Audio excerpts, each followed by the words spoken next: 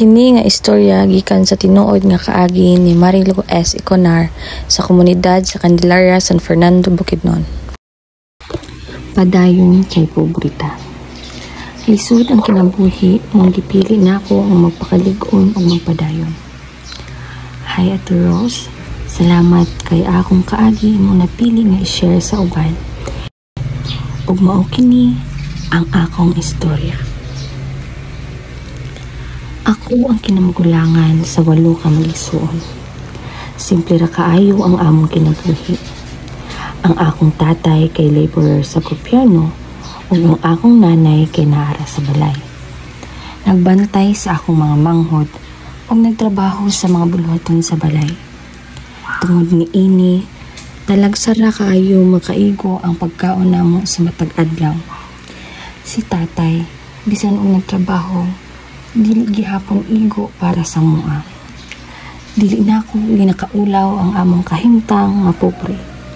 Kay naanan nako mag-angtos o kung unsara ang naa sa among pamilya. Sa akong huna-huna, blessing gihapon kaning tanan. Nakahinundong pa ko sa una sa akong elementarya. Magbalon ra ko og isa ka buok nga linong aging kamuti. Akong tungaon arong magtagal pa hangtod panudto. Pero lipay gihapon ko sa akong gikaon. Kinsa man ko para magreklamo. Ang uban gani walay kaon, mas maayo pa kaysa sa wala. Ang akong uniforme isa ra ka buok. Pag uli na ako dito sa eskwela, kung dili pangit-ngit, ako na dayon ng labhan aron magamit pagkaugma. Pugaan o ihalay nako sa akong silingan o kung magpauga ko sa ref nila. Maayo kay dali ra mauga. Akong ihalay sa likod sa ilang ref ug nang hangyo ko kanila. May gani ang among silingan kay nagtabang. Napod ko'y libro nga nangabasa tungod sa pag-ulan. Kay lagi ang akong bag tinahira ni nanay nga katong sudlanan sa harina. Pag-abot sa eskwelahan, nagabantay ko sa akong mga gamit nga nangabasa kay ako ang gipauga. Bisan pa man niini, wala pud ko magreklamo bisan sa among kaliso. Naabot ang graduation namo sa grade 6. Nakita na ako nga nagbihis og formal akong mga ginikanan. Ulipay kay ko niini. Niingon ko sa akong kaugalingon nga mas maningkamot pa ko para palitan ko sila og mga formal nga mga sinina o magkaon mi sa gawas. Ug nakaabot ko og high school ug mas naningkamot pa ko. Nagsugod ko og pagpamaligya og yema, munchkin, ice candy og ice drop ug nagdala-dala pa ko niini og ice box. Usahay kung naay kwarta, magbaligya pod ko og ginataan. Nakatabang ko sa akong Papa Ate Rose. Kung walay duty, magpamasayro siya o ang kita, gamiton alang sa akong mga manghod, pampalit o gatas. Bisan pa man sa kalisod, nagpadayon mi. Iniabot ang panahon, nga nasunugan ang among silingan, o nadamay ang among balay. Gamay ra nga mga gamit ang among nasalbar. Pero pasalamat, gihapon mi sa Ginoo, kay buhi rami ug wala mi naunsa. Pagkasunod adlaw, nibalik mi sa balay ug nag-ayom-ayom sa mga gamit. Pasalamat pud mi kay naghatag ang gobyerno ng mga ayuda, ginahinay mi naka-recover. Nakaingon ko sa akong kaugalingon, puhon makabot rami ug makabuhat rami og balay nga dili basta-basta masunog. Naabot sa 4th year high school, na hospital si nanay. Nag-bleeding ang iyang mattress ug natanggal ang iyang ovary. Gisugdan ko ang pag-adto sa hospital ug nasinati na ako nga usahay ang mga nurse sa ward kay magtaray ug dili mag-entertain sa mga pasyente sama namo nga pobre lamang. Pero sa mga private rooms, lahi ang trato nila. Na ako'y realization nga bisan og pobre, ginadali-dali lang ang trato sa mga tao. Pero kung naa kay kwarta, mas maayo ang trato nila sa imuha. Pagbalik na ako sa kwarto ni nanay, Nakahila ko o sinanay ni ingon nga pasagdi ilang lang ang Ginoo nagabantay sa ato. Nakaingon ko nga ang mga pagsulay dili gayon magtungtong sa kaliton sa pamilya.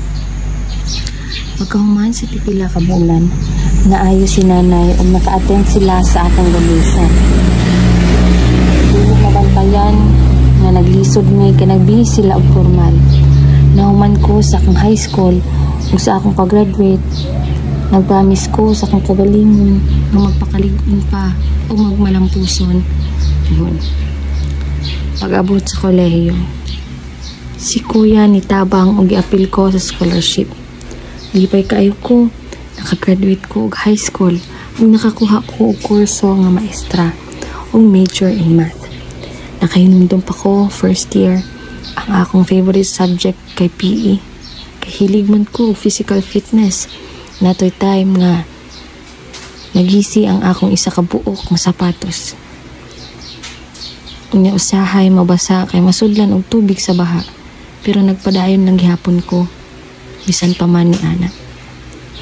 Nakahuman ko sa akong kurso sa wakas. Og masuot na gyud nila nanay ug tatay ang akong toga. Pero imbis nga magmalipayong sa katong adlaw sa akong graduation, nagsugod pod ang sakit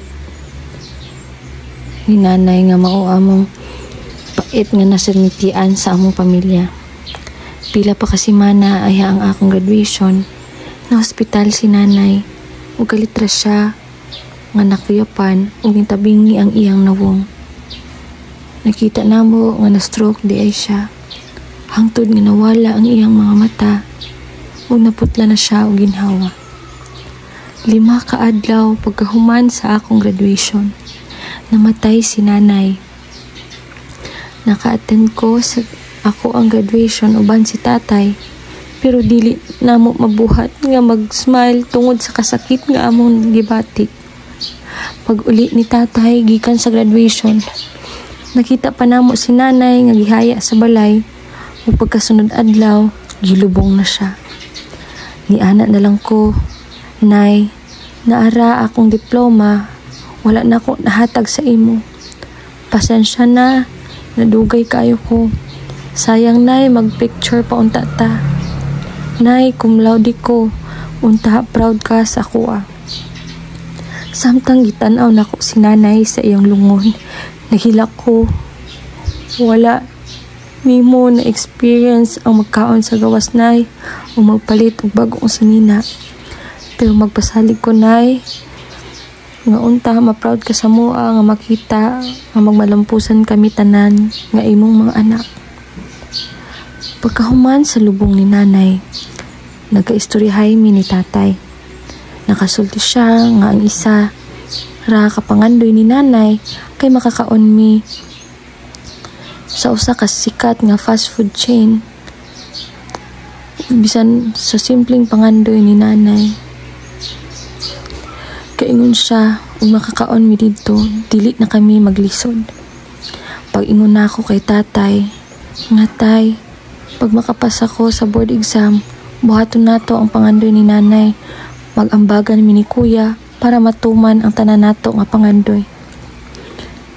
Ug human ato pagkatapos sa kolehiyo, nakapasa ko sa board exam ug nakatrabaho ko ingon nga maestra. Nag-apply ko og nadawat. Nagkatinuod ang pangandoy ni nanay nga makakaon mi sa usa ka sikat nga fast food chain. Ug lipay kaayo mi ni ana. Ug karon minyo nako ug aduna nakoy 3 ka anak. Ug gipasinati nako sa ila ang mga butang nga wala nako nasinati sa akong kabataan. Ang akong mga sinina bago pagkaon, dili na ingon ingana sa una nga limitado ra. Pero mi ko nagaampo nga bisan maglisod man usahay, di nun tami pasagdan sa Ginoo. Bisan pa man sa kalisod, nagpabilin ko nga nagpakalig-on. Ug mao kini ang akong istorya. Ug usab, ako si Merly. Salamat sa pagpaminaw.